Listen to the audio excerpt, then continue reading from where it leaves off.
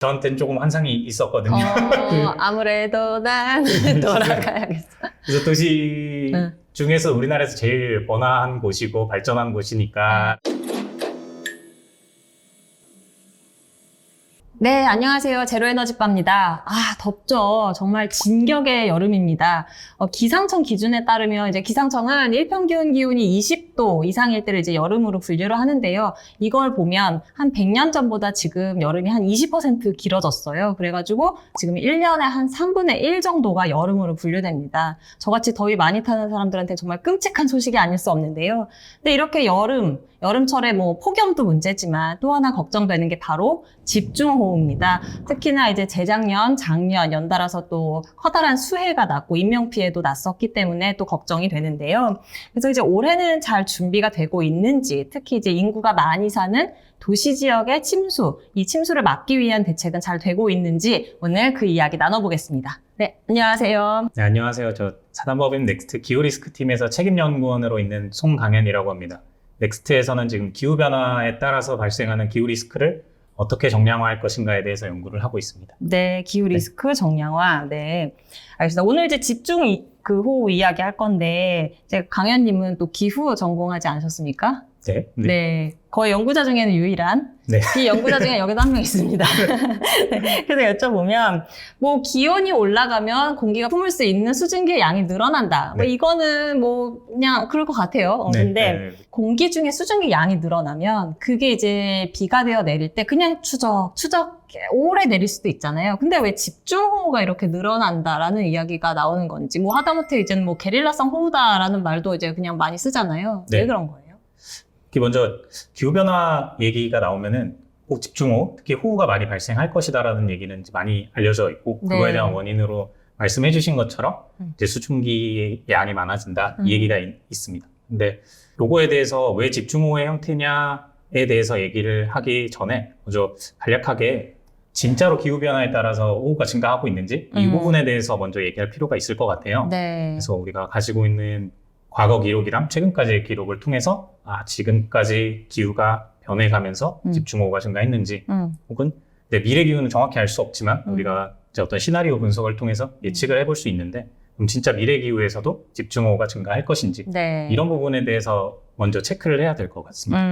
그래서 뭐 여러 연구들도 있고 네. 실제 학계에서 나온 연구뿐만 아니라 뭐 민간 기업이나 이런 데서 연구들 살펴보면은 네. 기후변화로 인해서 집중호우가 증가한다라는 부분은 거의 기정사실화됐다고 생각을 하고요. 미래 기후에서도 이게 증가할 것이라는 거에 대해서도 그런 경향성이 있다라는 부분은 대부분 이제 동의하는 것 같습니다. 어디요? 우리나라요? 아니면 전 세계 다? 일단 국내 한정에서. 국내. 네, 국내 집중호우 한정에서. 그럼 이제 그 다음에 그럼 왜의 영역으로 넘어가는데 왜 말씀해 주신 것처럼 뭐 수증기 얘기도 있고 뭐도 있는데 그 왜 굳이 집중호우의 형태여야만 하는가? 그럼 집중호우는 우리나라 한정에서 집중호우는 어떻게 발생하는가를 먼저 알아봐야 되는데 네. 국내 집중호우 같은 경우에는 주변이 이제 수증기가 주변에서 유입이 되어야 되는데 이제 주변에 저희 뭐 삼면이 바다라서 주변에 수증기가 유입될 환경이 좋은 것도 맞지만 집중호우가 발생할 정도의 수증기가 유입되려면 결국 좀 더 남쪽에서 수증기가 유입이 돼야 하는 조건이 필요합니다. 네. 왜요? 국내에 있는 수증기만은 충분하지도 않고 그 정도 집중호우가 발생하려면 엄청나게 많은 양의 수증기가 필요한데 네. 그럼 결국에는 수증기 유입이 어떻게 일어나고 있는가를 알아야 되고 최근에 해외에도 그렇지만 국내에서도 많이 알려져 있는 대기의 강이라는 얘기도 있거든요. 그래서 이렇게 좁은 영역의 수증기가 밴드 형태로 이제 들어오는 걸 대기의 강이라고 부르는데 그런 형태의 수증기 유입이 국내에 들어오면서 집중호우를 발생할 수 있는 좋은 조건을 만들게 됩니다. 그래서 이제 기후 변화에 따라서 그런 형태의 결국 대기의 강이라고 불리는 현상이 많이 발생하게 되는 거고 대기의 강 수증기의 유입은 결국 기압 패턴이라든지 바람이 어디서 불어오는가가 중요한데 기후변화에 따라서 그런 패턴들이 많이 발생한다고 뭐 어느 정도 연구가 돼 있다고 합니다. 그럼 이제 요번에 이슈 브리프에서는 보면 이제 침수 중에서도 특별히 도시 침수에 집중을 하셨잖아요. 왜 도시 침수에 특별히 집중하신 이유가 있을까요? 이 부분에 저도 좀 고민을 해서 먼저 말씀드려야 되는 게 제가 약간 규범적인 측면에서 도시랑 도시외를 구분을 해서 어디가 더 중요하다 뭐 이런 메시지를 담고 싶었던 건 아니라 딱히 제가 뭐 차별을 하려고 그랬던 건 아니라는 거를 미리 말씀드려야 될 것 같아서 일단은 저희가 대부분 다 도시에 살고 있잖아요. 실제 교통부 통계 자료도 확인했을 그렇죠. 때 뭐 도시 90% 이상이 네. 도시에 살고 있으니까. 그러고 있으니까 침수 피해가 우선 먼저 고려해야 된다면 도시 침수가 맞다고 생각을 했고요. 네. 뭐 그리고 정말로 개인적인 이유인데 제가 뭐 이쪽 동네 출신은 아니라 지방에서 올라왔는데 네. 처음에 서울이란 곳에서 살기 시작하면서 저한테는 조금 환상이 있었거든요. 아무래도 난 돌아가야겠어. 그래서 도시 응. 중에서 우리나라에서 제일 번화한 곳이고 발전한 곳이니까라는 생각을 갖고 있었는데 올라와서 매 여름마다 그 얘기가 들리더라고요. 강남역 침수됐다, 광화문 침수돼서 지하철 못 이용한다라는 뭐 이런 얘기를 듣는데 네. 그 당시에 날씨나 기상, 기후 이런 거밖에 공부를 안 하다 보니까 그냥 비가 많이 와서 그런가 정도밖에 생각을 못 했는데 넓은 시야로 보다 보니까 단순히 비가 많이 와서가 끝이 아니라는 걸 알게 됐고 그러면은 원인이 뭘까? 진짜 이게 우리가 해결할 수 있는 이슈는 있을 것인가? 뭐 이런 고민들을 해보게 됐습니다. 자, 이제 본론으로 들어가서 이제 그럼 침수가 잘 되고 있냐라고 하면 침수 대책을 들여다봐야 될 텐데 이거를 이제 정책적 대책과 물리적 대책 이렇게 나눠서 보셨어요. 그럼 이제 그 침수 방지를 위한 정책이라고 했을 때 뭐 일단 정책이 사실 뭐가 있는지 잘 몰라서 그거부터 한번 쭉 설명을 해주시고 이 중에서 좀 문제였다고 할 만한 부분을 좀 크게 짚어봐 주세요. 네. 제가 이슈 브리프에서도 침수 대책 관련돼서 크게 두 가지로 나눴습니다. 정책적 대책이랑 물리적 대책. 혹은 좀 다른 표현으로는 구조적 대책이나 비구조적 대책이라고도 또 불리는데 네. 좀 더 직관적인 이해를 위해서 제가 정책적 대책이랑 물리적 대책이라고 구분을 했습니다. 네. 물리적 대책은 쉽게 말해서 배수시설이라든지 어떤 인프라적으로 물리적으로 이 강수를 해결할 수 있는 대책이 어떻게 돼 있느냐고 정책적 대책은 이런 물리적 대책을 서포팅하는 역할이 될 것 같아요. 법이 어떻게 돼 있는지 그리고 실제 사업이나 뭐 예산이나 이런 부분들이 어떻게 이런 물리적 대책을 마련할 수 있게 지원이 되고 있는지 등 가장 물리적 대책이랑 정책적 대책을 다 아울러서 기존의 대책의 가장 큰 문제라고 한다면 이제 도시침수 기준으로 했을 때 네. 종합적으로 관리하기가 어려웠던 것이 아닐까 생각을 합니다. 왜요? 관할이 다 쪼개져 있다는 말씀이신가요? 침수가 발생하려면 비가 와야겠죠. 네. 그래서 비가 와야 되고, 네, 결국 보인다라는 얘기는 내리는 비가 나가는 비보다 훨씬 많다는 얘기고, 그것만 생각을 했을 때도 비가 와야 된다는 것, 그리고 이 내린 비를 내보내야 된다는 것.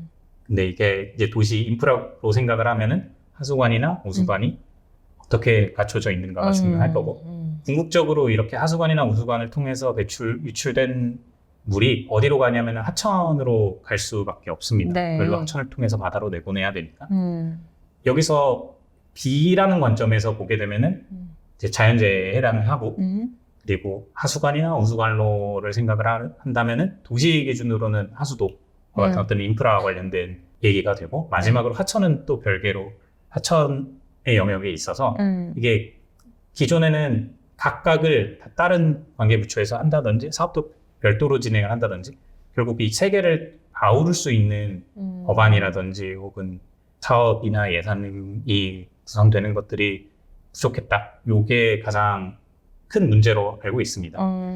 그래서 이제 요거를 극복하려고 올해 3월에 시행된 도시침수방지법이 있고요. 기존에 쪼개져 있다라는 게 뭐 예를 들면 뭐 재난과 관련된 뭐 그런 거는 뭐 행안부한테 있다거나 네. 뭐 하천과 관련된 건 또 뭐 환경부에 있다거나 이런 식인 건가요? 행안부에서는 자연재해 저감 종합계획이라는 걸 갖고 있고 환경부 같은 경우에는 하수도 정비 기본 계획 관계 부처마다 담당하고 있는 게 달라서 계획도 따로 나오고 있고 그래서 관련된 사업도 별도로 추진되고 있어서 이제 뭐 행정력 낭비나 혹은 비용상의 낭비 등등이 좀 얘기가 되고 있습니다. 언급이 되고 있어서 이게 가장 큰 문제가 아니었을까 생각을 합니다. 작년에 오송참사 났을 때 그때도 뭐 이렇게 이게 뭐 지자체랑 또 나뉘어져 있고 하다 보니까 이게 그때도 막 문제가 됐었던 것 같아요. 이게 도대체 누가 이 컨트롤 타워가 누구냐 막 이런 얘기도 있었고 그래서 원래 이 말씀하신 도시침수방지법이라고 하는 것도 원래 발의가 2021년에 됐는데 이게 막 부처끼리 행안부랑 그 환경부랑 기싸움하고 이러다가 이제 작년에 그 수해 나고 나서 막 급하게 되게 통과가 됐던 걸로 기억이 나네요. 그래서 이게 이제 올해 3월부터 시행이 됐잖아요. 네. 네. 그럼 이게 이제 기존에 있던 여러 가지 뭐 다른 법, 비와 관련된 뭐 혹은 재해와 관련된 이 법과 좀 다른 점은 뭔가요? 저는 크게 세 가지로 보고 있습니다. 네. 첫 번째는 이제 부처마다 따로따로 다뤄지고 있던 도시침수랑 관련된 네. 그거를 통합적으로 관리할 수 있게 법적 기반이 마련이 됐다라는 거랑 네. 이거랑 관련돼서 이제 10년 기본계획 및 시행계획을 환경부가 자체적으로 수립을 할 수 있게 됐고 실제 이 계획을 이행해야 되는 법안 근거를 마련했다라는 부분이 첫 번째로 중요한 부분이에요. 10년 기본계획 무슨 기본계획인 거예요? 도시침수 피해 대책에 대한 10년 기본계획 이 부분이 이제 법적으로 강제가 됐다는 거. 그래서 환경부는 이 법안에 따르면 네. 10년짜리 계획을 만들어야 돼요. 도시침수랑 관련돼서. 네. 그리고 그래서 두 번째로 중요하다고 생각하는 거는 방제 성능 목표를 이제 환경부 자체적으로 상행 규정할 수 있게 됐다는 점인 것 같습니다. 그게 뭔 말이에요? 서울시 현재 기준으로는 시간당 강수량 기준 100mm가 이제 방제 성능 목표라고 이제 정해져 있는데 네. 그리고 침수 취약 지역에 대해서는 110mm까지 높일 수 있습니다. 네. 그래서 지난 2022년 강남역 일대 침수가 일어난 뒤로 네.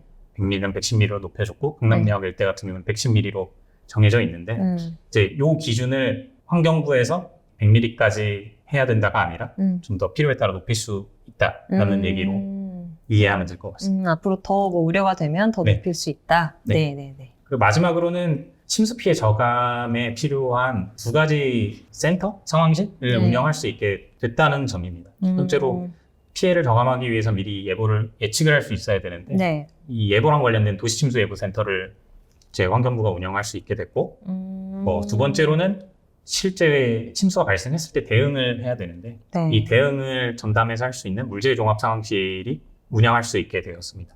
뭐 아마 기존에 아예 안 했던 건 아닐 테지만 네. 이제 법적으로 그 힘을 얻었다라고 생각을 하고 있습니다. 그러면 이렇게 도시침수 방지법이 그래서 마련이 됐는데 뭐 법에는 늘 허점과 아쉬움이 있기 마련이지 않습니까? 네. 뭐가 좀 가장 문제라고 보세요? 아쉽다? 첫 번째로는 뭐 사실 지금 법안이 시행된 지 얼마 안 돼서 당연한 얘기이기도 한데 네. 10년 기본 계획에 대한 뭐 아직 언급이 없다라는 거 향후 나올 거라고 믿고 있는데 근데 두 번째는 아직 나오지 않아서 확실히 얘기할 수는 없지만 환경부에서 얘기하고 있는 보도자료 등을 바탕으로 대충 어떤 방향성으로 갈지에 대해서 추측은 해볼 수 있잖아요. 네. 지금 법안 시행 관련돼서 환경부가 먼저 말했던 게 인공지능 침수 예보 얘기가 나왔습니다. 이거는 뭐 비단 이 법안이랑 사실 관계없이도 계속 얘기가 나오던 건데 네. 도시침수 방지법 이전에도 다른 이제 법안들이나 혹은 계획들에 대해서 도시침수 대책에 대해서 논의를 하고 있었잖아요. 그 중에 하나가 이제 국가물관리위원회라는 곳에서도 똑같이 이제 침수 관련된 대책을 종합계획을 만들어가지고 내고 있었는데 작년에 국가물관리위원회에서 10년짜리 종합계획을 발표를 했습니다. 이제 4대 유역에 대해서 했는데 그 중에 한강 유역 그 안에서 도시침수랑 관련된 이제 핵심 사업을 보면은 첫 번째가 인공지능을 활용한 침수 예보고 다른 하나가 대심도 빗물 터널 사업입니다. 대심도 빗물 터널 사업. 두 가지가 도시침수랑 관련된 핵심 사업인데 네. 먼저 인공지능 활용한 침수 예보 부분이 아직 구체적인 언급은 없지만 이제 방향성을 보자면은 결국 인공지능이랑 관련된 침수 예보를 하겠다라는 방향의 기본 계획이 나올 거라고 생각이 드는데 네. 근데 그러면은 기존에 있었던 다른 계획들이랑의 차별점은 과연 무엇일까? 개인적으로 이 부분이 제일 좀 우려가 되는 부분입니다. 앞으로 뭐 이게 나왔을 때 그럼 기존에 있었던 거 말고 추가로 뭐가 있을까? 그 부분을 좀 집중해서 살펴봐라. 이런 뜻이겠네요. 중복 사업이라든지 비효율성에 대해서 얘기를 해서 이 법안이 필요하다라고 얘기를 했는데 막상 나오고 보니까 기존이랑 별로 달라질 게 없다라면은 그 부분에 대해서는 신경 쓰고 확인해야 되지 않을까라고 생각을 하고 있습니다. 당장의 뭐 문제라기보다는 이런 점을 이제 우려해서 이제 앞으로 거기에 포커스를 맞춰서 이제 잘 지켜보겠다. 약간 이렇게 이해하면 되겠죠? 아직. 네네, 아직 구체적으로 얘기 나온 건 없으니까. 없는데 그냥 추측의 영역이라서 저도 그렇게 생각을 합니다. 그래서 이제 부처 간 어떤 이제 중복 내지는 어떤 권한이 좀 불분명한 점을 막기 위해서 도시침수 방지법이 마련이 됐다라고 말씀을 해 주셨고, 이제 그러면은 여기에 따라서 10년 종합계획이 나와줘야 되는데, 기존에 나왔던 정책 중에 살펴보면은 뭐 인공지능 예보, 그 다음에 대심도 빗물터널 사업 포함되고 플러스 알파가 또 나와줘야 되는데 그 알파가 뭘지가 이제 궁금하다. 이렇게 이제 마무리를 하면 될까요? 네, 네, 그 정도면 괜찮을 것 같아요. 네, 알겠습니다. 네, 그러면, 자, 이제 오늘 첫 시간에는 이제 주로 제도 뭐 이런 이야기를 해서 좀 그런데요.